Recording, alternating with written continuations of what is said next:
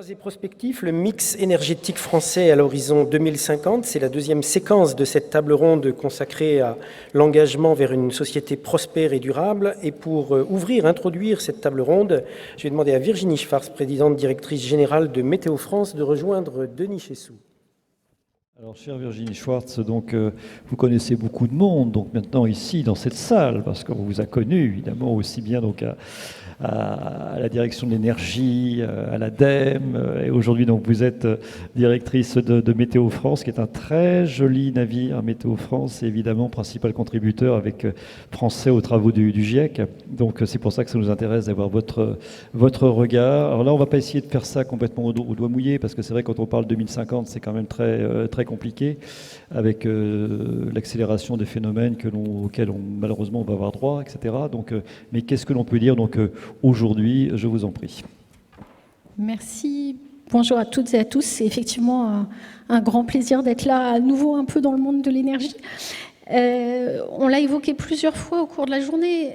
Le GIEC nous alerte depuis des années sur les conséquences du changement climatique. Il vient encore de le faire avec un rapport au mois d'août. Et Météo France contribue en produisant des projections climatiques à l'échelle mondiale pour les travaux du GIEC. Mais plus près de nous, nous travaillons aussi spécifiquement sur la situation en France. Qu'est-ce qu'on peut dire du changement climatique en France aujourd'hui et demain? Alors, aujourd'hui, le constat, on le vit un peu tous.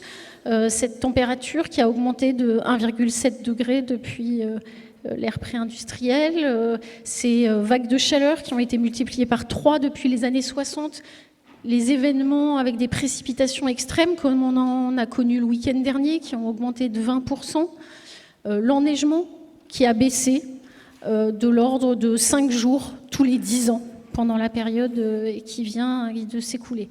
Tout ça, on le vit tous déjà, mais malheureusement, je ne viens pas avec des bonnes nouvelles, puisque ce n'est que le début. Et l'année dernière, nous avons publié un exercice, on l'appelle DRIAS 2020, qui est un zoom sur la France. On prend les mêmes hypothèses de scénarios d'émissions de gaz à effet de serre que ceux du GIEC, et puis on fait tourner les modèles et on regarde, on passe en gros d'une échelle de 100 km dans les modèles mondiaux à une échelle de 10 km sur la France, et on regarde ce que ça donne.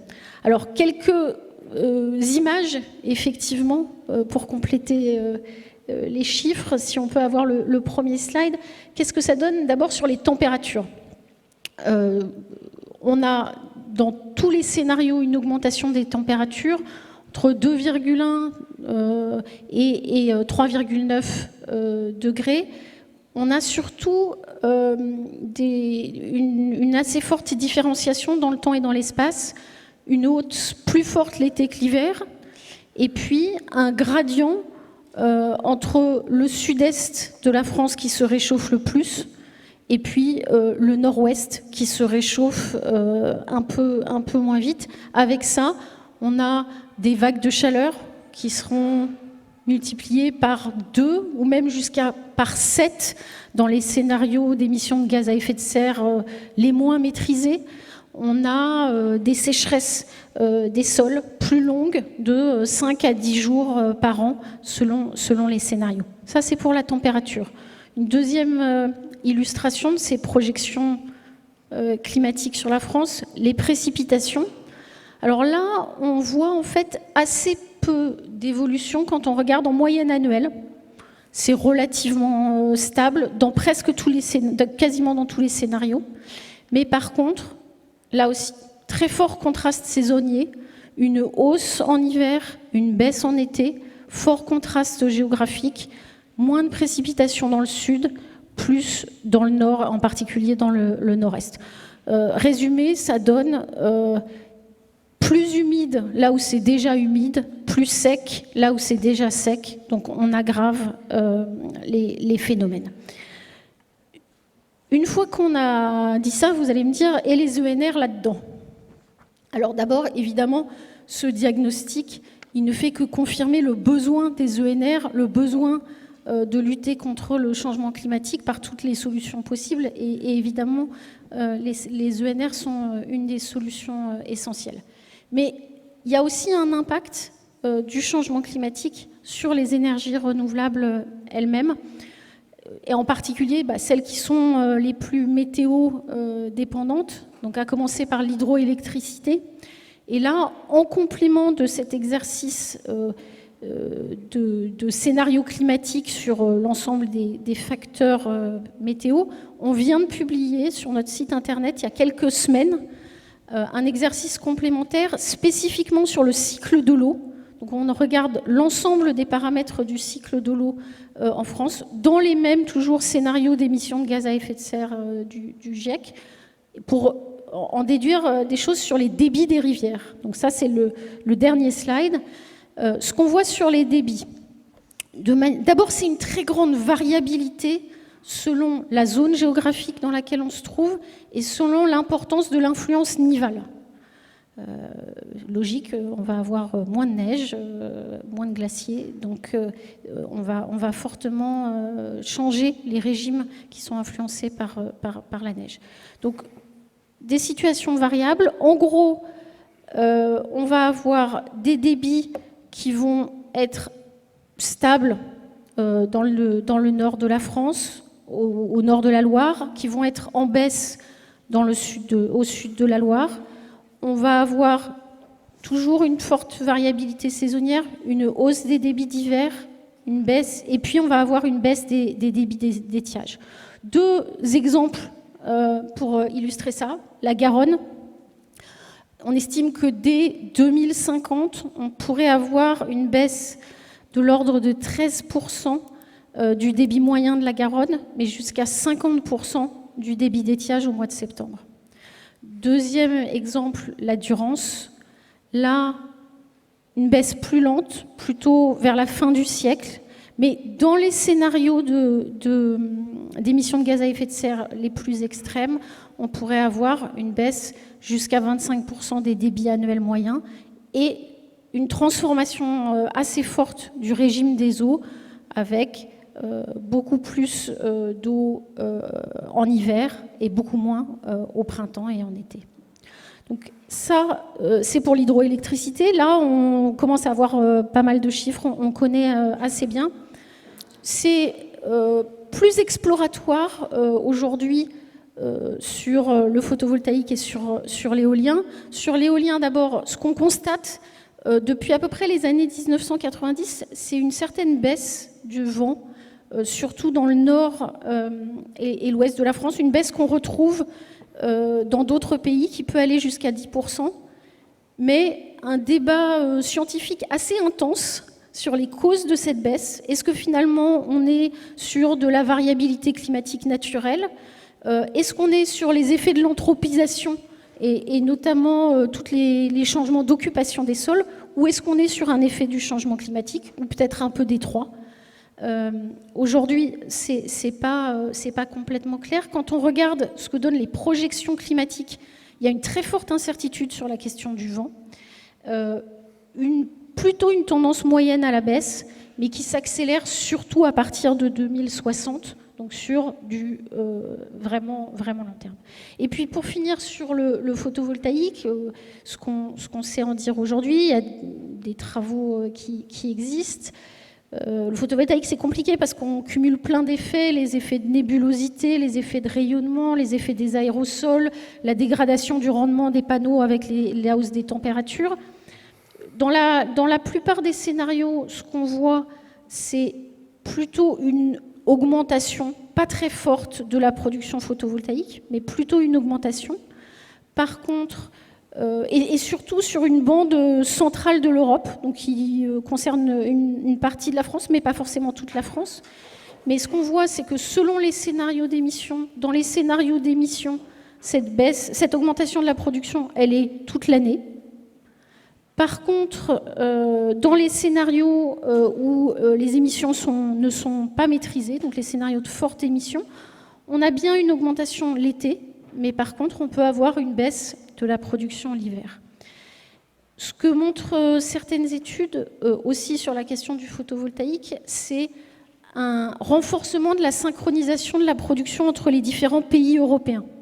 Donc le risque, finalement, de perdre en capacité à compenser les variabilités de production entre les pays.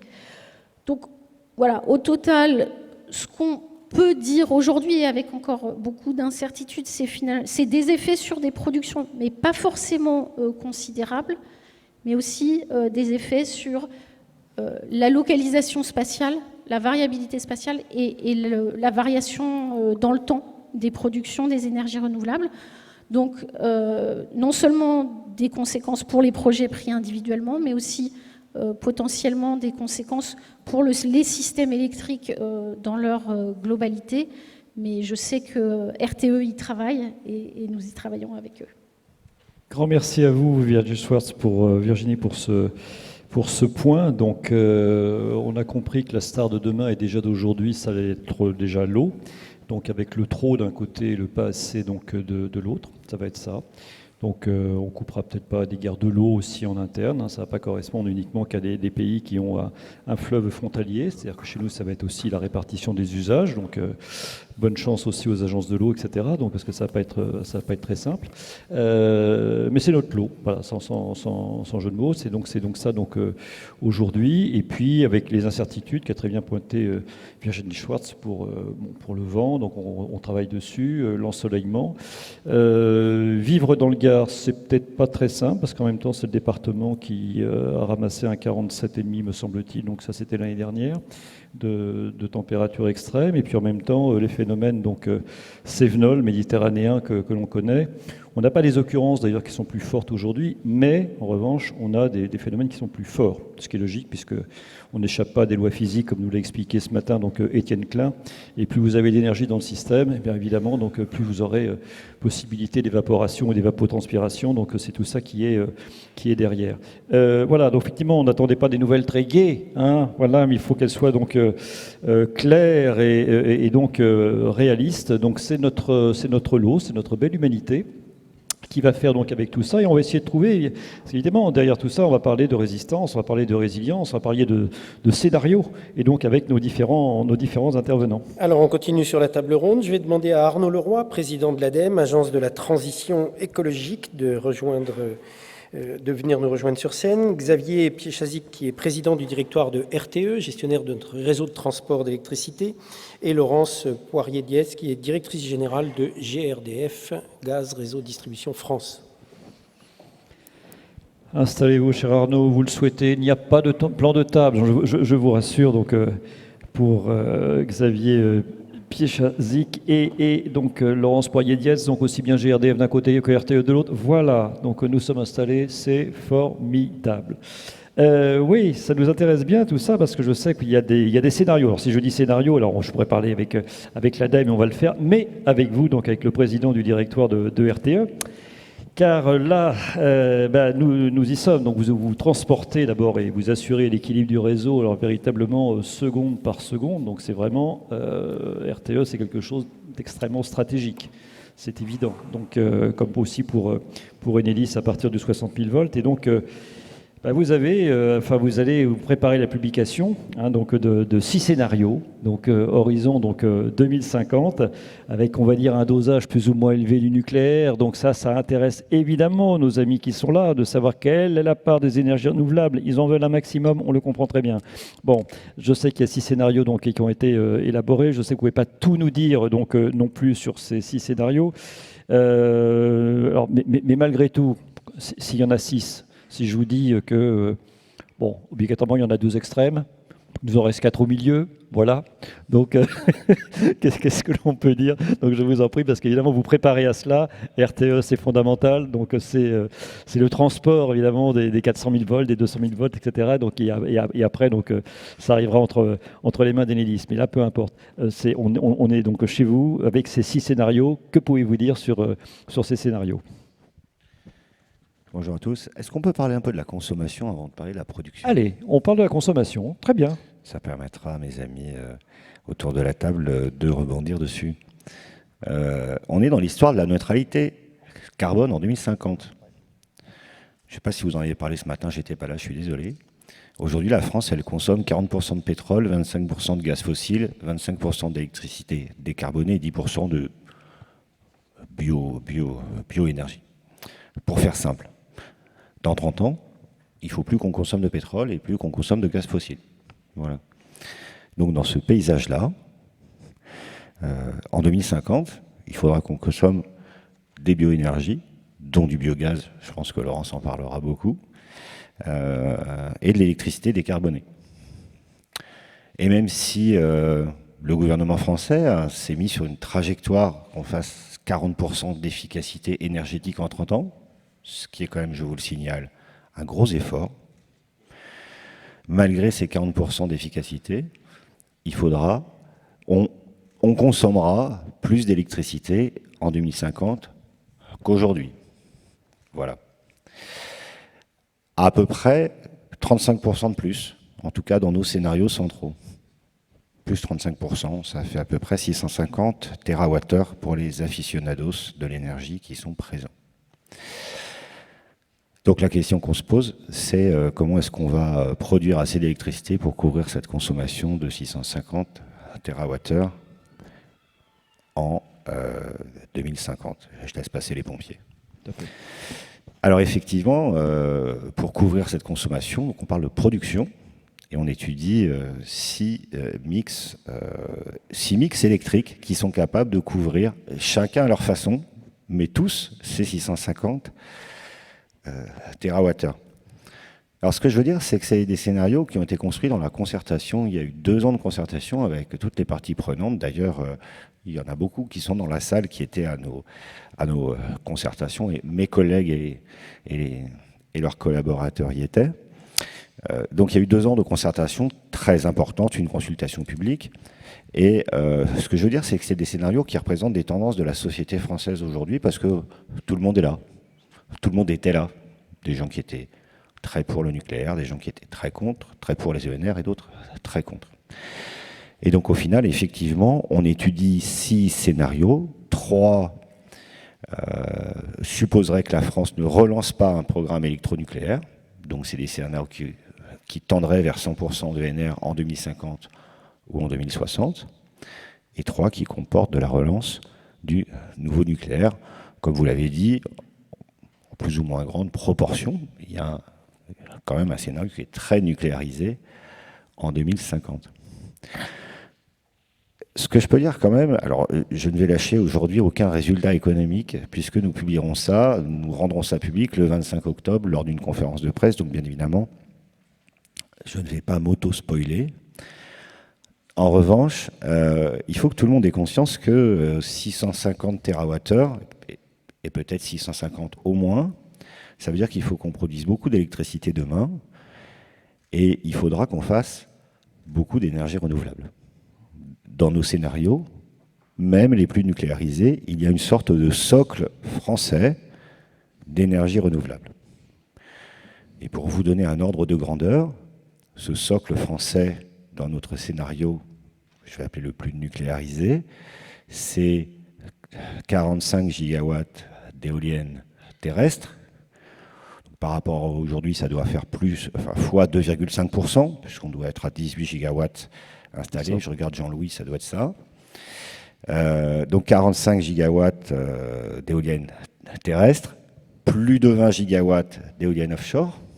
Je pense que notre ami de Siemens Gamesa doit s'en réjouir. Je ne le vois plus. Et de l'ordre de 70 gigawatts de solaire, c'est-à-dire fois 7 par rapport à ce qui est installé aujourd'hui. Alors il peut y avoir des vases communicants entre ces sources d'énergie renouvelable. Enfin, ce qui est sûr, c'est que si on veut atteindre cette neutralité carbone en 2050, il faudra un socle de ce type-là et dans ces proportions-là pour produire toute l'électricité décarbonée, même si on fait beaucoup de nouveaux nucléaires.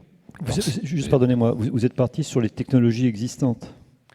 On est parti sur les technologies qui existent, mais on s'est travaillé sur des trajectoires technologiques. On prend les technologies qui existent, mais on fait des paris économiques et on discute avec les filières pour essayer d'estimer les coûts, court terme, moyen terme, long terme, parce que bien évidemment, il y a des effets décroissants de coûts.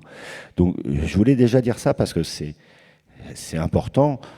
On entend dans le débat public des pour ENR, des contre, etc. Personne ne s'est rendu compte que si on voulait assumer la neutralité carbone en 2050, il faudrait faire substantiellement plus d'énergie renouvelable. Pas forcément en monopole, on peut aussi faire du nucléaire, mais ça ne suffira pas de ne faire que du nouveau nucléaire. Donc il faut qu'on fasse beaucoup de choses. Après, nous, on va mettre nos scénarios sur la table. Et bien évidemment, c'est aux politiques de prendre une orientation, parce que ce dont on parle, c'est pas une lubie française d'ailleurs, hein, c'est l'Agence internationale de l'énergie qui dit qu'il faut qu'on électrifie un maximum d'usages. Mais ce dont on parle, c'est vraiment un choix pour le pays et c'est un choix pour la société française. Donc bien évidemment, ce choix, il est souverain et donc il doit revenir aux politiques. Je vais juste finir par une chose. Il y a un argument qu'on n'entend pas beaucoup, alors je crois qu'il a été cité ce matin, c'est que cette neutralité carbone et cette électrification des usages, elle rend le pays beaucoup plus autonome et beaucoup plus souverain. Parce qu'on se déleste de 40% d'importation de pétrole et de 25% d'importation de gaz naturel. Alors, non seulement on se déleste de cette dépendance géostratégique, mais on se déleste aussi des yo-yo des cours, parce que tout le monde a noté en ce moment que les cours du gaz avaient totalement explosé et que ça avait un effet assez négatif sur les prix spot de l'électricité. Alors, non, c'était très important, effectivement, vous commenciez, vous avez raison, sur la consommation, parce qu'en fait, ce que vous nous dites, c'est qu'avant, on va dire que la production pilotait la consommation, demain et déjà aujourd'hui, c'est la consommation qui va piloter la production. Je vous en prie, gardez le micro. Hein, donc, pardon, je vous entends très mal, il y a un retour. Oui, Denis Chessou, c'est un plaisir que vous résonniez dans mes oreilles. C'est ça, c'est mieux quand c'est à la radio, je suis d'accord. Alors, je disais qu'avant, c'était la production qui pilotait la consommation, et aujourd'hui, est-ce qu'on peut dire que c'est la consommation qui a piloté la production ? Non. Le boulot de RTE, comme d'autres gestionnaires de systèmes énergétiques, c'est de faire correspondre la production à la consommation. Alors, toutes les énergies ne se stockent pas différemment. L'électricité, d'ailleurs, on dit toujours qu'elle ne se stocke pas. C'est pas vrai. Elle se stocke déjà. Simplement, il y a un problème de modèle économique à ce stockage, mais il y a beaucoup d'électricité qui se stocke déjà. Non, l'enjeu, j'ai pas parlé des exports français parce que je voulais pas, je voulais pas complexifier le propos. L'enjeu, c'est que le pays se mette en ordre de marche pour couvrir sa consommation future, et c'est la condition sine qua non à ce qu'on se décarbone. Bon, ça, moi, je veux redire que c'est un choix de société. Après, je ne méconnais pas tous les défis industriels que ça représente, mais si on considère que la question climatique est une question première, il faut qu'on entende ce que ça veut dire sur notre appareil de production d'électricité et sur l'électrification des usages que ça suppose dans notre vie quotidienne. Alors, je grossis le trait exprès. Si on entendait un peu en filigrane ce que disait M. Lévy, je pense qu'il serait tout à fait d'accord pour avoir 6, 7, 8, 9, 10 EPR ou bien centrales nouvelles. Bien. Aujourd'hui, est-ce qu'on est où on serait, je sais bien, vous allez me répondre, c'est le politique qui doit faire les choix. Vous êtes là pour éclairer. D'accord. Enfin, on voit bien que il ne va pas y avoir le renoncement. Le premier scénario, on va le mettre de côté. Le 100% énergie renouvelable, on n'y croit pas une seconde. Donc, ou alors je me trompe, mais vraiment, je ne pense pas. Le scénario plus de l'autre côté, non plus. C'est pour ça que je vous gardais un petit peu les 4. Est-ce qu'on est parti plutôt sur 4, 6, on va dire, nouveaux réacteurs, et puis 50%, 60% d'énergie renouvelable? Moi, c'est mon rôle d'aller vous chercher un peu, mais je ne sais pas si... Non, alors là, Denis Chessou, vous êtes libre de vos propos, mais... Du questionnement. Non, mais je vous signale qu'il y a 3 scénarios qui tendent vers 100% de NR, il n'y en a pas qu'un.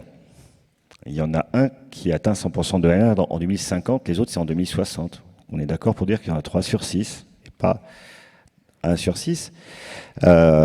Écoutez, je vais vous faire la réponse à laquelle vous vous attendez. Le boulot de RTE, c'est de comparer tous ces mix énergétiques de la manière la plus sérieuse possible, sur le plan économique, en coût complet, sur le plan technologique, sur le plan de leur impact sur l'environnement, dont le CO2, mais pas que, sur l'empreinte sur l'espace, sur les co-usages, sur les conflits d'usage que ça peut générer ici ou là.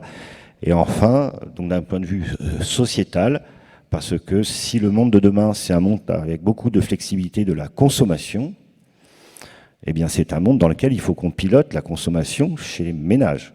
Et donc, ça peut avoir des impacts sur la vie privée, tout simplement. Donc nous, on se contente, mais moi je pense que c'est déjà pas mal, d'éclairer le débat et la décision publique en faisant des études sérieuses. Et pendant que j'ai la parole, Je veux dire que c'est la première fois que RTE intègre les scénarios du GIEC. Et pour ça, on a beaucoup travaillé avec Virginie. Nos modèles, nos trajectoires de conso et nos trajectoires de production, elles sont calées sur ce qu'a montré Virginie sur le tableau qui est juste au-dessus de moi tout à l'heure, sur des trajectoires climatiques du GIEC, le RCP 4.5 d'une part qui est dans l'accord de Paris, et le RCP 8.5 qui est un peu le scénario du pire. Voilà. Et on a travaillé avec ces modèles météo-là. On a défini 200 chroniques météo par modèle climatique. Ça, c'est Météo France qui l'a fait. On a récupéré ces données météo. On les a transformées en chroniques localisées de consommation et de production, en intégrant le fait que il n'y a pas du vent partout. Des fois, il y a des bulles de chaud et des bulles de froid, et tout ça se déforme. Et c'est ça qui nous permettra de livrer à qui veut le lire et au pouvoir public et au CER ces documents d'analyse qui intégreront les trajectoires climatiques issues du GIEC qui sont passées par Météo France, y compris les stress hydriques d'ailleurs, qui ont bien évidemment, comme le disait Virginie tout à l'heure, un gros impact sur la production d'électricité hydroélectrique et sur sa disponibilité quand on pourrait en avoir le plus besoin. Voilà, donc on éclaire. J'espère qu'on va bien éclairer. Enfin, pour ainsi dire, j'en suis sûr. Mais nous attendons de toute façon la modélisation économique donc pour fin octobre sans problème.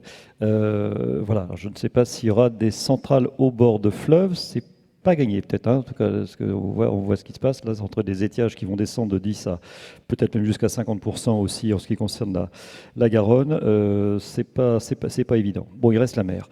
Nous allons nous intéresser. Ah oui, bah là aussi, donc on va s'intéresser aussi aux bioénergies d'une autre manière avec vous, Laurence Poirier-Dietz, qui est donc la directrice générale de GRDF. Alors là, on parle de gaz, je ne sais pas s'il faut parler de gaz vert, de gaz renouvelable, etc. Mais en tout cas, ce qui est sûr, c'est que le gaz en matière de transition, solution de transition, est-ce que c'est une solution à long terme? C'est une question que je peux vous poser d'ailleurs aussi. Solution de transition, ça c'est assez évident. C'est évidemment beaucoup moins riche, vous le savez les uns et les autres, en carbone que le charbon et évidemment que le pétrole. Ça émet quand même beaucoup de choses, on le sait aussi. On dépend de M. Poutine à peu près autour de 20%, on dépend donc de la Norvège à peu près d'une quarantaine de pourcents, des Pays-Bas de 11%, Nigeria 8%, Algérie 8%, et nos amis acheteurs du PSG à peu près de 4%. Bon, ça vous donne à peu près, enfin c'est une moyenne à peu près générale pour le gaz. Et une chose qui est drôlement bien, c'est aussi peut-être de parler de ce qu'on appelle le biométhane. Alors drôlement bien, peut-être aussi avec des réserves. Donc ça, vous vous lancez absolument donc, dedans, déjà depuis un certain temps. Vous avez toujours une faisabilité évidemment technique et aussi une faisabilité donc économique. Mais parlons donc de cette méthanisation. Il y a aussi des oppositions qui commencent à naître là-dessus, on en parlera après, mais qu'est-ce que ça représente? Alors aujourd'hui, c'est encore très peu de choses, mais vous avez de véritables ambitions donc, chez GRDF pour développer donc, ce biométhane. Oui, bonjour à toutes et tous. D'abord, permets-toi de revenir sur la place du gaz dans le mix énergétique. Évidemment que nous sommes convaincus et nous soutenons la place du gaz qui va jouer un rôle majeur en complément des ENR intermittentes. Donc c'est forcément très important dans les prochaines années que la France bénéficie des infrastructures gazières dont nous disposons.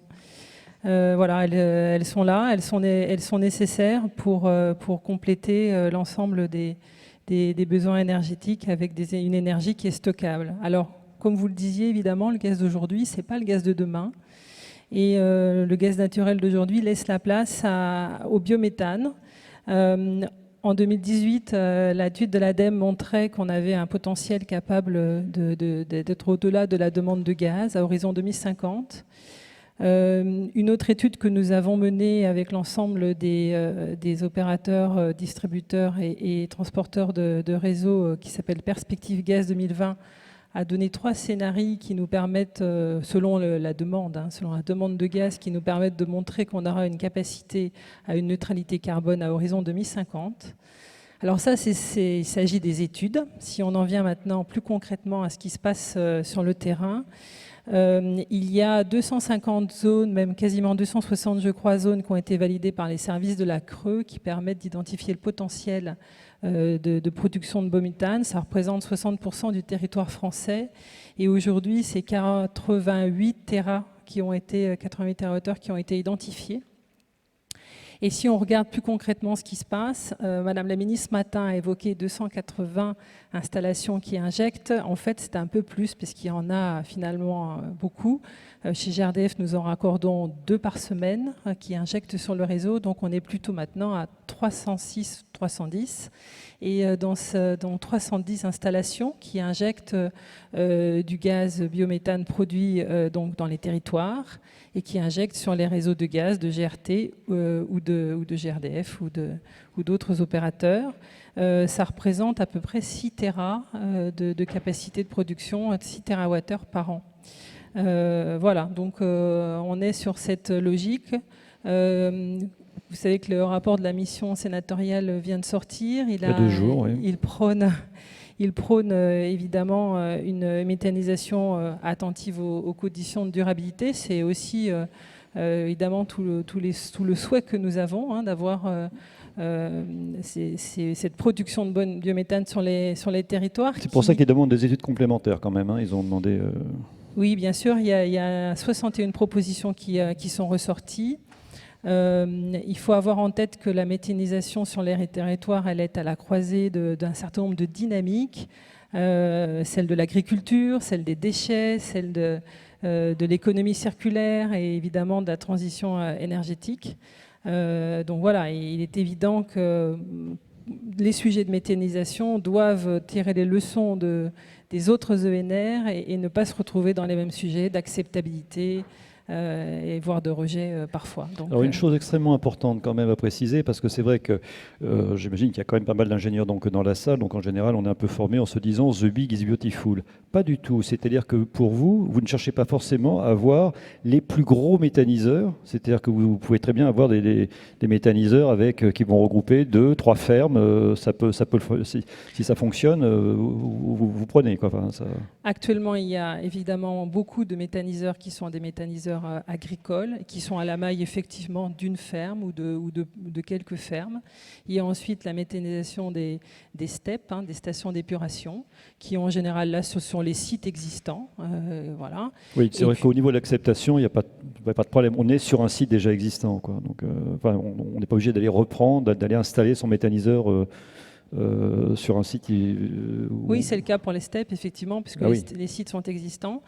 Donc, je disais beaucoup de méthanisation agricole, à la maille d'une ferme ou de quelques fermes, 1 ou 2 en général. Et puis, il peut évidemment y avoir des sites plus industriels. Voilà, mais en général, on est sur des installations qui sont plutôt de l'ordre de 250-300 normomètres cubes qui produisent à peu près 20 à 30 gigas de biométhane par an. C'est-à-dire que ce qu'on essayera d'éviter pour les riverains, c'est quand même des norias de camions qui vont... Un méthaniseur agricole, il voit passer en général 1 camion par jour. D'accord, donc ça, voilà, vous avez bien répondu. Voilà, 1 camion par jour, on va dire, c'est acceptable, donc pour les uns et pour les autres. En ce qui concerne le nouveau service qui va organiser la vente donc, du biométhane, qu'est-ce que ça va être là ?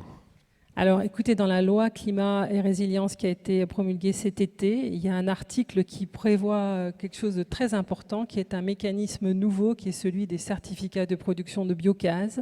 C'est évidemment un mécanisme qu'on appelait de nos souhaits et que l'ensemble de la filière appelait de ses souhaits, parce que là, alors que je pense que dans les précédentes années, on a beaucoup travaillé sur l'amont, c'est-à-dire toute la production, l'acceptabilité et puis l'industrialisation du système.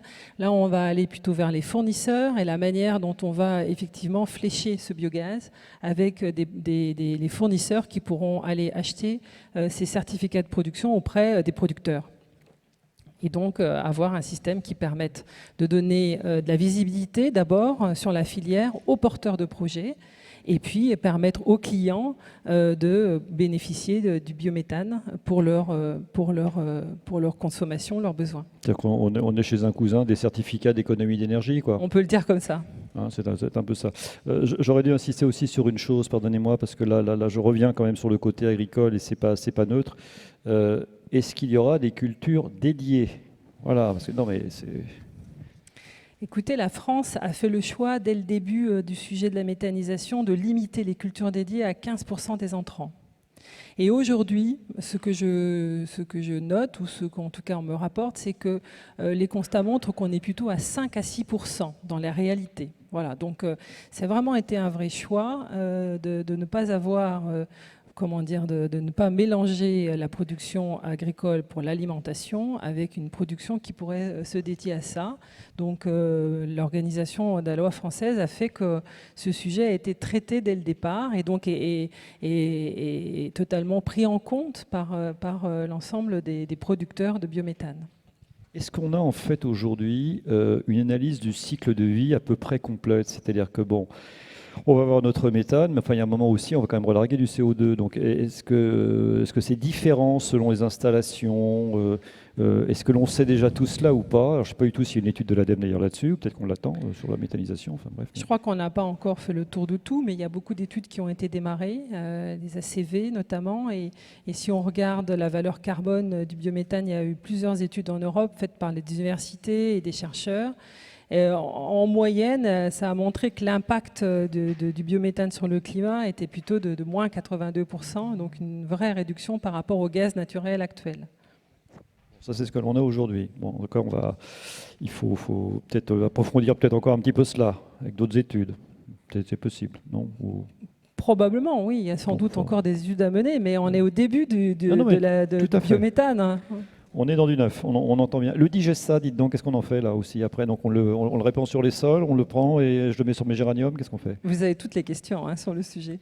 Alors effectivement, le digesta, écoutez, quand on écoute les agriculteurs méthaniseurs, ils vous disent souvent que quand ils ont décidé de s'orienter vers la méthanisation, ils l'ont d'abord fait pour le digesta. Alors pourquoi? Parce que évidemment, ça remplace les fertilisants et les engrais chimiques, et que pour eux, on y pense sans doute assez peu, mais c'est à peu près les mêmes sujets que ce qu'on connaît aujourd'hui sur l'augmentation des prix des énergies et du prix du gaz. Les engrais sont vraiment extrêmement une volatilité très forte en termes de prix. Ah oui. Et finalement, ce qui les intéresse, c'est à la fois de revenir à une agriculture plus maîtrisée et à une maîtrise de leur sol, mais aussi à une façon de limiter leur risque en termes de prix dans leur production. Oui, c'est-à-dire qu'à partir du moment où on a fait une industrie chimique, de toute façon, une agriculture chimique depuis une cinquantaine d'années, on dépend de toute façon du pétrole pour à la fois les intrants et puis aussi les pesticides. Bon, écoutez, on peut aussi continuer, mais donc nous allons non, c'est intéressant de voir justement la réorientation. Donc pour vous, idéalement, allez comme ça, on y va. Le biométhane, vous espérez quoi? Quel pourcentage d'ici dans combien de temps, quoi? Quel horizon? Donc, écoutez, les objectifs de la PPE, on y est presque quasiment avec un peu d'avance. Donc on est déjà, ça montre que cette filière, elle existe et qu'elle a une dynamique assez grande. Ce qu'on peut aussi constater, c'est que finalement les projets mettent entre 2 à 3 années à voir le jour, ce qui est somme toute, comme on a pu l'évoquer depuis ce matin, pour beaucoup d'autres projets ENR assez rapide. Qu'on a une filière qui se structure et évidemment qu'on imagine pouvoir avoir à horizon 2050 une capacité à verdir totalement ce qui passera dans les réseaux de GRDF. Alors pour part, attendez, et une grande part. D'ici 2050 D'ici 2050, oui, on croit à ça, avec une part méthanisation qui serait de l'ordre de 80%. Et pour le reste, des autres gaz verts, on en a évidemment parlé tout à l'heure aussi, à la fois l'hydrogène, la méthanation, et avec tous les sujets de pyrogazéification et autres. Donc vous voyez, on est assez positif et on croit à une capacité de verdir l'ensemble du réseau et donc d'avoir une place pour un mix énergétique qui évidemment garde une place intéressante au gaz, mais au biogaz. Donc ça, de toute façon, la rupture est en train de se faire, on l'a bien compris. Donc allons-y effectivement sur ce biogaz avec les réserves que l'on peut avoir et les études donc, qui vont pouvoir aussi arriver. Arnaud Leroy, prenez le micro s'il vous plaît en tant que président de l'ADEME. Voilà, alors là aussi, on va pouvoir parler de scénarios. Mais alors, on n'a pas de chance parce que les scénarios, ils ne sont pas tous sortis. Et donc, on va faire un peu de teasing sur la manière dont vous avez donc élaboré ces fameux scénarios aussi. Donc, basés sur 4 scénarios, là aussi, donc, du GIEC. Je voudrais poser une question en préalable. Est-ce qu'on va vers de la sobriété? Parfois, c'est un gros mot pour les gens, peu importe. Est-ce qu'on va vers de la sobriété ou bien est-ce qu'on repose sur de la techno ou bien sur les deux en général? Alors bonjour à toutes et tous. Alors nous, on est un peu dans la même situation que Xavier Pichazik avec RTE, hein, sur la problématique de nos scénarios. Et je voudrais quand même noter quelques différences et je répondrai à votre question après. Parce que c'est important quand même de voir ce dont l'on parle quand on évoque les scénarios de l'ADEME. Alors en France, on aime bien l'électricité, on a compris, ça je pense qu'on a compris, mais ça a été dit tout à l'heure par Xavier, c'est 25% de l'énergie. C'est ça. Que 25% de l'énergie. Donc nous, on est allé un petit peu plus loin, on a regardé d'autres éléments qui sont compliqués à imaginer à 2050. On parle de gaz vert, donc on parle de la ressource biomasse, on parle du bois. Donc vous voyez, ça, à 2050, il faut l'imaginer, et notamment en prenant en considération les contraintes météorologiques qui vont jouer sur ces ressources-là. On a parlé tout à l'heure de la Garonne, de la Durance, et j'en profite pour saluer Elisabeth Hérault. Moi, j'ai eu des longues discussions avec elle sur le Rhône, et notamment le débit du Rhône à 2050, 2060, où on est sur des baisses de volume d'eau qui sont quand même assez conséquentes. Moins 40% Donc, et plus. c'est à peu près... Comment dire? Ce que je voulais dire, c'est qu'il faut prendre tous ces éléments en considération. Et ce qu'on a fait dans cette nouvelle génération de scénarios ADEME, dont on sait qu'ils sont des éléments réguliers, c'est un peu comme les tubes de l'été, vous voyez.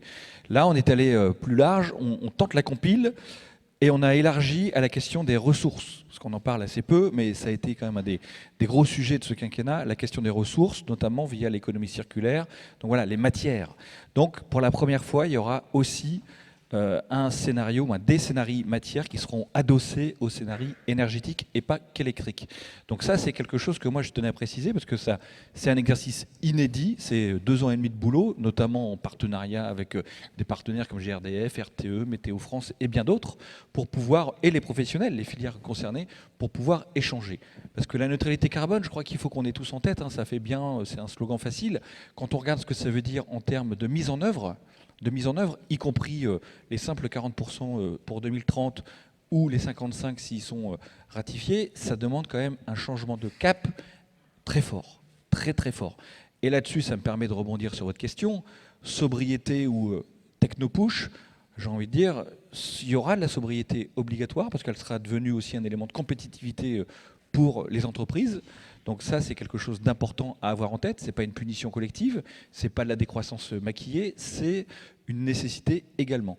Et secondo, on devra se reposer, ça a été dit tout à l'heure, il y a des évolutions technologiques qui sont en cours, on le voit, on parlait tout à l'heure avec Boralex de la question des éoliennes. Vous voyez bien qu'il y a une évolution technologique, on la voit sur les éoliennes offshore notamment, on le voit sur les cellules photovoltaïques, on le voit sur des problématiques d'isolation, notamment quand on construit, quand on rénove du bâtiment, et la question du logement est importante dans nos débats. On avait fait un travail en commun avec Xavier par rapport à la possibilité de tenir la SNBC avec un passage au chauffage électrique plus marqué. On voit très bien qu'il y a quand même des conditions à retenir. Donc la question des réseaux de chaleur qui sont tous déployés, qui fonctionnent, où les gens se maintiennent en connexion. Donc voilà, donc c'est tout ça qu'on a regardé. On a regardé aussi la question qui a quand même qui a reposé un tant soit peu avec le Covid, hein, c'est l'articulation territoriale de notre pays. Parce qu'on va dire, si on continue, on ne sait pas, moi je ne sais pas, mais à 2050, on peut imaginer différentes situations. La métropolisation qu'on a vue depuis 25 ans qui s'est accentuée. On voit depuis 2 ans un retour en grâce des villes moyennes grâce à des évolutions technologiques. Donc on y est, par exemple, le télétravail, c'est une révolution technologique. Comment ça va se déployer dans 10, 15, 20 ans? On ne sait pas. La question de la desserte en termes de transport de notre territoire est aussi devant nous. C'est des postes très importants en matière énergétique. Voilà, et là, vous avez un travail de fond. Par exemple, sur la pénétration du gaz vert dans les transports en commun, la pénétration de l'électrique, bien sûr, mais il va falloir qu'on puisse imaginer des choses pour certains secteurs d'activité. Je pense au BTP. Est-ce que le BTP sera demain électrifié ou alors on recourra peut-être à l'hydrogène, mais pour l'instant on a quand même peu de choses sur étagère, ou du gaz vert, où semble-t-il c'est beaucoup plus subtil, sensible, possible et abordable d'un point de vue économique. Donc voilà, c'est un peu tout ça qu'on a essayé de faire à l'ADEME, en essayant de, comment dire, d'apposer un peu de sérieux sur ces scénarios. Et moi j'en profite d'avoir le micro pour apporter mon soutien public et appuyé à RTE, qui est pris dans une polémique avec les propos de Bernard Accoyer, un tant soit peu Ah oui, c'est vrai qu'il survolté. était- Oui, oui, survolté. Moi j'étais au Survolté, c'est MEDEF, bon. j'étais estomaqué, parce que je pense que c'est important, quand on se définit comme démocrate, de croire aux institutions de la République. C'est ça. Et RTE est une institution de la République. Donc on a beau être ancien président du Parlement, Oui. on se tient quand on parle de structures publiques qui sont, dans la grande famille des instances publiques, et je crois que c'est important. En tout cas, il y a une responsabilité politique à un moment où on doit éclairer les Français. Donc si, et moi je ne dis pas que l'ADEME a toujours raison, on participe au débat, on demande qu'à être complété, contrarié, et on est dans notre rôle, mais par contre, les invectives, les raccourcis, parce qu'il y a beaucoup de raccourcis sur nos sujets, Tout à fait. à un moment donné, on va devoir prendre des décisions politiques, méritent d'un peu plus de tenue de personnages qui ont eu des responsabilités importantes dans notre République. Il y a eu un microclimat du côté d'Anne Sylvieux, et puis c'est tout. Alors, effectivement, là, Arnaud Leroy, ce qu'on entend très bien, c'est que ce travail donc, va au-delà de la seule modélisation donc, du système énergétique. C'est ça, effectivement, aussi une très très grande nouveauté. Consommation d'énergie, de matériaux, d'alimentation aussi, de biens, de services. Tout à l'heure, effectivement, dans notre grande série, les arbres ne montent pas au ciel. Ok, biomasse, mais qu'est-ce que ça va être demain ? Je veux dire que si effectivement il y a des coups de sécheresse, on a des coups de scolyte, vous avez un quart des Vosges là actuellement qui part aussi à terre parce que donc les épicéas sont touchés. Bon, réchauffement, pas réchauffement, peu importe. En tout cas, c'est là, voilà. Tout ça, on est sur des très gros points d'interrogation. C'est-à-dire que ce monde n'est pas du tout linéaire aujourd'hui. Alors peut-être qu'il est passionnant pour ça aussi, mais quand même. Et puis aussi évolution des puits de carbone. J'ai vu ça. Vous avez travaillé aussi là-dessus. Oui, alors ça nous renvoie sur le sujet forêt. Les puits de carbone, pour arriver à la neutralité carbone, parce que je ne l'ai pas encore dit, mais nos scénaristes sont quand même... le chemin, c'est la neutralité carbone en 2050. La question, c'est comment on y parvient. Et donc, on a établi quatre scénarios qui nous permettent de démontrer avec différentes hypothèses qu'on peut y parvenir avec des leviers actionnés qui vont être différents. La question des puits carbone est importante parce qu'il y a les puits carbone naturels. Donc, c'est notamment toute la question du massif forestier. Et on n'est pas à ISO climat, donc il faut qu'on arrive à regarder. On a regardé ce que pense et ce que produit également l'ONF, donc c'est un vrai sujet. À un moment donné aussi, il y a une demande forte de bois dans la construction, RE 2020, que vous avez peut-être abordé dans vos émissions. Donc voilà, une demande de matériaux biosourcés, donc il va falloir structurer des filières beaucoup plus fortes que ce qu'on a fait jusqu'alors. Donc tout ça est pris en considération. Et la question après des puits carbone dits technologiques, donc avec des vraies réflexions sur le stockage carbone. Donc on prend l'exemple de ce qui est en train d'être discuté avec notamment un stockage, une capture et un stockage, notamment dans les bassins, les anciens bassins gaziers, notamment en mer du Nord. Et on voit aussi monter, au regard des prix des commodités, la thématique des CCU, donc l'utilisation du carbone pour l'utiliser dans des matières. Et on voit très bien que c'est quelque chose qui, en quelques années, a pris une dimension très importante. J'étais à Dunkerque il y a 2 semaines pour en discuter avec les industriels, notamment l'ex-Comilogue, ArcelorMittal, tout ça. Donc il y a beaucoup d'interrogations sur le sujet. La rentabilité, en tout cas, se profile au regard du prix du carbone, de sa valorisation. Technologiquement, il y a encore des choses à faire, mais à 2050, on peut imaginer qu'on soit sur des potentialités. Donc on a regardé tout ça et voir un petit peu comment on pouvait, sur la base des connaissances à date, imaginer des futurs pour ces puits carbone naturels qu'il faudra mobiliser, donc protéger, donc ça c'est un élément important, et des puits carbone dits technologiques, qui ont une conséquence aussi, c'est qu'ils sont très consommateurs d'énergie et surtout d'électricité. Donc vous voyez, il faut trouver le bon équilibre. Voilà, évidemment, bon, l'ONF s'occupe des forêts communales et forêts domaniales, donc à hauteur de 25% de nos forêts aujourd'hui, qui doit représenter de mémoire 31-32% de la surface du territoire. Mais après, tout le reste, effectivement, c'est du privé. Alors, on l'a déjà abordé. C'est vrai que la décarbonation, donc avec la chaleur, les fonds de chaleur, donc on en a déjà parlé. La place du gaz vert, donc on en a parlé donc il y a quelques instants. Il y a une chose aussi qui est importante. Alors là, c'est pas forcément du tout dans les rapports et les scénarios, mais c'est vos actions pour lutter contre la désinformation. Nous avons commencé effectivement donc avec M. Accoyer, qui a peut-être pas tous les éléments, mais sur l'information sur les ENR. Ça aussi, c'est quand même quelque chose qui vous est extrêmement cher, donc à l'ADEME. Écoutez, moi je crois qu'on est dans notre rôle. On a dans notre mission, qui nous est confiée par la loi, l'information du grand public sur ces sujets de transition. Donc ce n'était pas le terme en vogue à la date de la création de l'agence, mais en tout cas moi je l'ai fait évoluer sur l'agence de la transition, et on voit très bien, comme bon nombre de sujets dans le débat public, vous avez... tout devient inflammable, et c'est important, au regard de ce qui circule, qu'on puisse avoir à un moment donné une corde de rappel. Et je pense que les institutions publiques, les agences de l'État, telles que l'ADEME, ont, et nous c'est notre rôle, on vient souvent nous chercher, on est des tiers de confiance quand il faut apporter de la donnée notamment, on l'a vu sur les débats qu'on a eu dans la loi AGEC sur l'économie circulaire, des choses comme ça. Donc c'est important qu'on puisse vraiment documenter sur la base d'études, et moi j'entends ce que dit la mission méthanisation du Sénat. Attention de ne pas utiliser les études pour simplement entrer dans une stratégie dilatoire. Des études, il y en a beaucoup, il y a un travail qui est fait, et nous on a un partenariat de fond très fin avec GRDF depuis des années, justement pour essayer de travailler sur la question des qualités des digestats, la problématique, on en discute beaucoup avec les agences de l'eau sur les digestats en milieu agricole, il y a un travail qui est fait de qualification. Donc voilà, il y a beaucoup de données qui sont disponibles déjà. Donc qu'on continue certes, mais qu'on ne s'en serve pas pour enrayer des processus, parce qu'il y a une vraie dynamique autour de l'installation du gaz vert. Moi j'entends, et je suis ravi d'entendre que GRDF est aussi soucieux de la taille des installations, parce qu'on voit très bien que tout est utilisé pour ralentir le déploiement de toutes les ENR. Toutes les ENR. On a certes un produit de saison avec l'éolien, mais globalement, les difficultés, on les rencontre sur l'ensemble des ENR. Et donc c'est important. Demain, ça sera peut-être sur la sobriété et l'efficacité énergétique. On nous dira que c'est de la fumisterie, que ça ne marche pas. Donc voilà, pour l'instant, il n'y a pas d'obligation en termes d'efficacité énergétique au regard des réglementations européennes.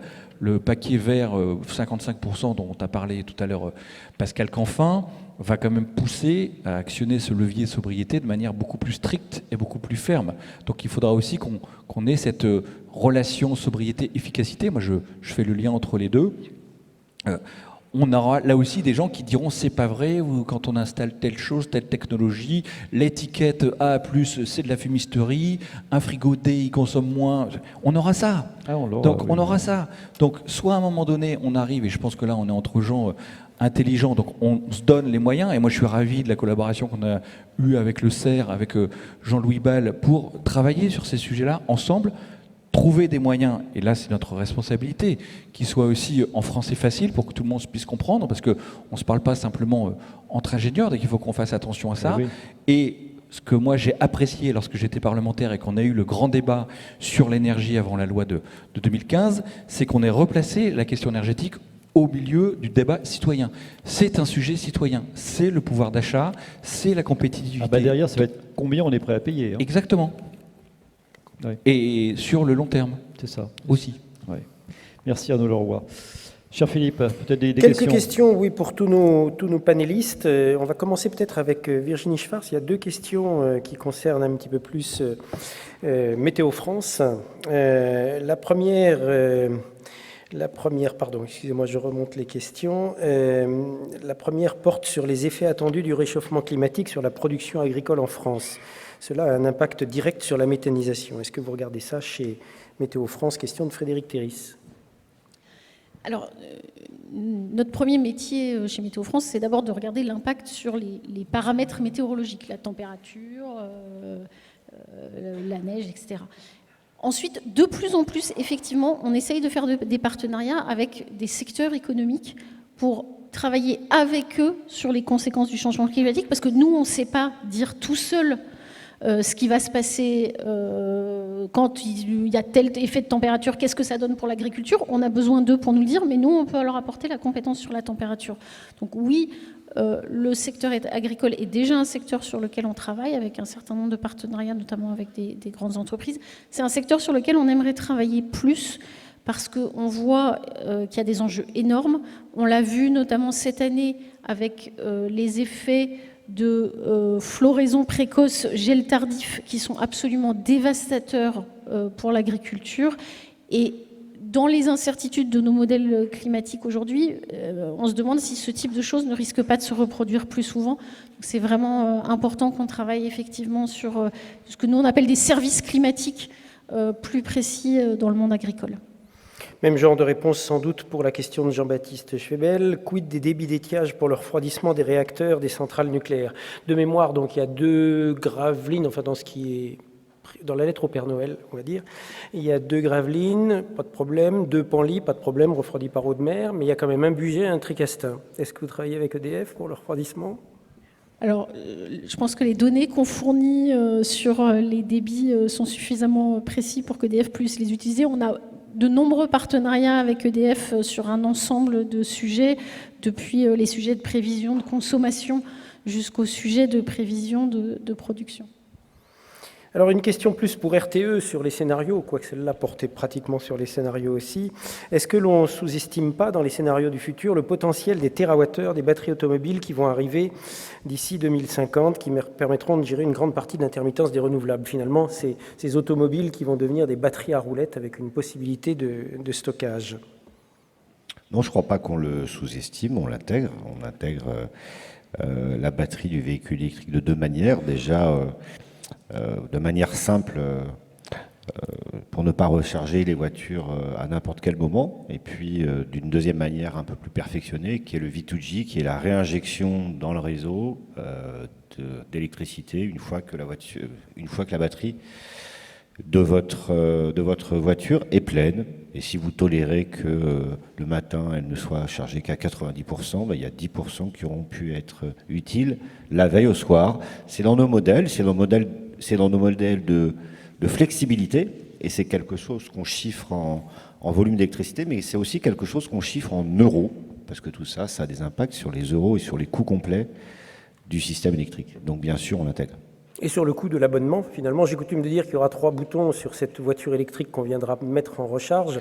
Un bouton rouge, ne touchez pas à ma voiture. Un bouton orange, oui, je ne sais pas, je vais peut-être ressortir, mais je ne suis pas sûr. Et un bouton vert, faites-en ce que vous voulez, rendez-la moi demain matin avec un peu d'électricité quand même. Écoutez, les constructeurs auront suffisamment d'imagination pour mettre les couleurs de boutons qu'ils voudront. Simplement, on peut retenir qu'il y a deux grands systèmes de pilotage des batteries de véhicules électriques. Le premier, c'est à travers la borne. Et donc ça demande des systèmes d'information. Donc ça demande des bornes qui sont connectées. Le deuxième moyen de transmission, c'est par la voiture elle-même, parce que l'essentiel des voitures aujourd'hui, elles ont des cartes 3G, 4G, demain 5G. Et ça permet à distance aux constructeurs de piloter la recharge et même le cas échéant de devenir des agrégateurs d'énergie et de revendre ces volumes d'énergie sur le marché. Voilà ce qui est en train de se passer. Bien évidemment, on l'intègre parce que c'est des outils technologiques qui existent déjà aujourd'hui, même si ce n'est pas encore complètement déployé. Et une dernière question pour vous, qui vient de Pierre Hamon, qui va un peu à l'extrême de la décentralisation, l'idée d'une production-consommation au niveau de la maison individuelle avec des petits, un suffira, un électrolyseur, du stockage d'hydrogène carrément au niveau de la maison, de l'utilisation pour le chauffage et après régénération d'électricité pour la consommation de la maison. Est-ce que c'est ça finalement qu'on veut? On veut passer d'un système où tout était centralisé à cette autonomie? Quel serait l'intérêt d'une autonomie de la maison individuelle? Bon, déjà, ce qu'on veut, je ne sais pas qui est on. Il faudra que ce soit les Français qui décident. Pierre Hamon, alors, Pierre Hamon a la grande liberté de s'équiper des équipements qu'il veut. Il faut que ce soit un choix politique, parce que c'est un choix noble, c'est un choix de modèle de société demain. Alors, ce que je peux dire sur la question de l'autonomie, il faut qu'on ait tous en tête que des installations de production d'électricité, c'est des installations qui sont assez voraces en capex, c'est cher. Voilà. Et donc, une société dans laquelle tout le monde aurait son système de production individuelle d'énergie, de stockage d'énergie, que ce soit de l'électricité ou son propre biogaz, après tout, sa propre bâtie, son propre électrolyseur d'hydrogène, Peut-être que ça marche de manière théorique, mais il faut qu'on se demande combien ça coûte au total. On a quand même inventé les réseaux, il y a très longtemps, comme des espaces de solidarité. Les réseaux de gaz, les réseaux d'électricité, et c'est des espaces de solidarité qui ont un avantage économique. C'est que c'est quand même moins cher de partager des installations de production et des installations de consommation, et entre les deux, il y a les réseaux. C'est une manière d'optimiser notre système. Voilà. Donc, croire qu'il existe un modèle économique parfait et pas cher, dans lequel chacun serait autonome et aurait chacun son petit méthaniseur, son petit électrolyseur, est un modèle qui économiquement sera très cher à la fin. C'est pour ça qu'on fait des réseaux, parce que c'est le système le moins cher pour qu'on partage l'appareil de production et qu'il profite au plus grand nombre. Vous avez besoin d'électricité à telle heure, Laurence à telle autre heure, et l'intérêt, c'est que vous optimisez votre installation de production d'électricité, parce qu'entre vous, il y a des réseaux, et vous pouvez soutirer à un moment, Laurence à un autre moment. C'est ça le principe. Alors une question, plutôt une remarque de Michel Papalardo, qui vous écoute attentivement dans la salle, avec qui on discutait à midi de la possibilité de résilience à une maille différente de la maison individuelle, mais plutôt une maille d'une taille à définir, mais qui permettrait, en cas d'événements climatiques extrêmes, de pouvoir fonctionner en îlotage. Est-ce que vous travaillez dans vos scénarios sur la possibilité, si le réseau général disparaît, de malgré tout, là où on a de la production, des actifs de production, de fonctionner, de continuer à fonctionner et alimenter les riverains? Bon, déjà, je salue Michel, que je n'ai pas croisé. On travaille sur la résilience globale des systèmes, et nous, la manière dont on modélise les choses, c'est en Europe et en France, donc on ne modélise pas que le système français, et on teste la résilience du système. Alors nous, on s'occupe que de l'électricité, hein. On teste la résilience du système de production, de transport et de consommation d'électricité face à des vagues de chaleur, face à des tempêtes, face à des inondations. C'est pour ça que j'ai donc évoqué le RCP 8.5 de Virginie tout à l'heure. C'est qu'on se pose aussi la question de savoir comment est-ce qu'on est capable de produire et de distribuer de l'énergie si d'aventure le climat se réchauffait de 4 degrés, voire pire. Et à cette occasion, oui, on teste, on fait des crash tests de notre appareil industriel. C'est une première réponse. La deuxième réponse, c'est que, je veux vous dire, alors, vu du transport d'électricité, puisque c'est à moi qu'on pose la question, les systèmes de réseau aujourd'hui en Europe et les systèmes français, ils sont déjà maillés. Et ils sont maillés redondés. Pourquoi est-ce qu'ils sont maillés redondés? C'est justement pour qu'on puisse perdre un lien sans qu'il y ait de conséquences néfastes. Donc nous, c'est comme ça qu'on prend cette résilience. C'est la résistance de notre appareil de production et de notre appareil économique à des stress tests de climat et à des effets graves, hein, tempêtes, inondations, etc. Et puis les dimensionnements des réseaux qui alimentent tout ça pour qu'on puisse effectivement se passer de telle ou telle ligne ici ou là. Voilà comment est-ce qu'on raisonne.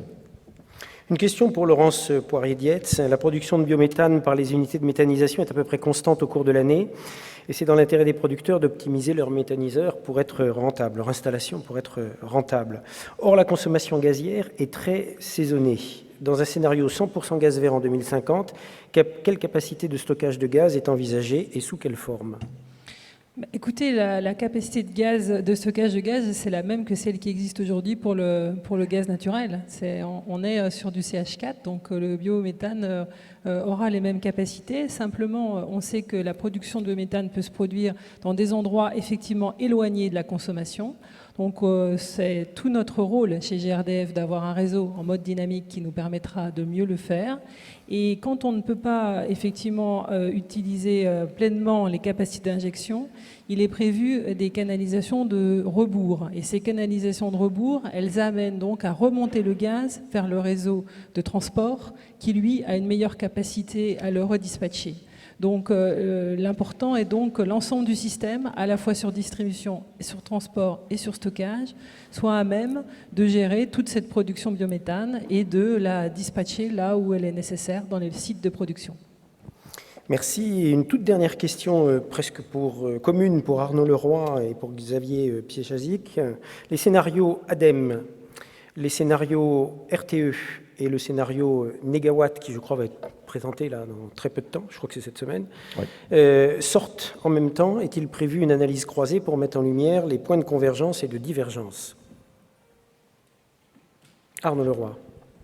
Alors, moi, peut-être décevoir la personne qui va... C'est Mélodie de Lépine, pardon, oui, je ne l'ai pas dit. Mélodie de Lépine, Donc, qui est la grande prêtresse d'Espule sur photovoltaïqueinfo.org. Nous, on ne va pas sortir notre scénario en même temps que RTE ou Négawatt, parce que moi, j'ai tenu à expliquer, j'espère que j'y suis parvenu, qu'on n'était pas sur un enjeu qu'électrique dans les scénarios de l'ADEME. Et pour tout vous dire, on espère que nos travaux serviront, parce que comme ils ont une implication très, très large, serviront pour le débat qu'on va lancer sur la révision de la SNBC. Donc voilà, donc, sur la publication, on est quelque chose qu'on est en train de caler avec le gouvernement sur le sujet. Donc moi, je n'ai pas de date à donner. J'ai vu que Négawatt communiquait par rapport à sa date. J'ai compris que RTE allait publier d'ici la fin du mois ses scénarios. Nous, on est dans quelque chose de différent sur d'autres impacts. On parlait tout à l'heure d'alimentation, de puits carbone, question biomasse, question territoriale aussi sur l'implication du pays. Donc voilà, donc je pense qu'il faut aussi faire baisser un peu la tension sur la tentative et l'idée. Et nous, on s'est assez parlé avec Xavier, on a bien travaillé, nos équipes sont en parfaite coordination. On n'a pas la même focale, donc il ne faut pas chercher à comparer ce qui n'est pas comparable. Alors pour RTE, discuter avec Négawatt, il y a un seul point commun, c'est que vous avez bien rappelé tout à l'heure que 3 de vos 6 scénarios, c'est 100% de renouvelables. Un en 2050, 2 en 2060. Négawatt, eux, ils sortent carrément du nucléaire. Oui, alors, on n'a pas tous des statuts différents, l'ADEME, RTE et Négawatt. Hein. On n'est pas tous les mêmes organisations et on n'est pas tous les mêmes institutions. Donc je vais discuter de l'ADEME avec qui on s'entend très bien. Nos travaux, ils seront compatibles parce qu'on se parle tout le temps. Voilà. Et comme le disait Arnaud, nos travaux n'ont finalement pas les mêmes finalités. C'est important que l'ADEME réinterroge des sous-jacents pour remettre en débat, enfin pour remettre en discussion la SNBC parce qu'elle est mise à jour, le gouvernement s'y est engagé, hein, je crois, et donc c'est important que cette parole soit tenue. Donc ça, c'est une première question. La deuxième question, c'est, on sait très bien que quoi qu'il arrive dans cette NBC, il faudra produire plus d'électricité en 2050. Avec quoi on produit cette électricité? Donc on répond à deux questions différentes. Le fait que nos collègues travaillent ensemble très très régulièrement, ça garantira cette compatibilité. Après, Négawatt, c'est une association avec qui on travaille très bien, avec qui on est en confiance, mais ça ne veut pas dire qu'on suit un but de compatibilité avec Négawatt, parce que je pense qu'on a des entrants qui sont différents. Et la principale différence, c'est que RTE n'a pas de parti pris technologique. Contrairement à ce que pensent les uns et les autres, RTE n'a pas à préférer les éoliennes sur le PV et à préférer les éoliennes sur le nucléaire. Nous sommes neutres sur le plan technologique. Nous nous contentons, mais c'est déjà beaucoup, d'instruire différents scénarios et d'en mesurer les impacts et les conséquences. Les choix de mix électrique et les choix de mix énergétique avec Arnaud et avec Laurence, c'est des décisions qui relèvent du gouvernement, une bonne fois pour toutes. Voilà ce que je voulais répondre. Merci pour cette réponse très précise. Je vois qu'il est 33, on a 3 minutes de retard, mais tout de même, il y a une question pour Virginie Schwarz de Antoine Robe. Cohabitation des radars météo et des éoliennes, quelles sont les dernières avancées? C'est une question d'actualité puisqu'on était au début de la semaine avec le syndicat et avec FE pour en parler.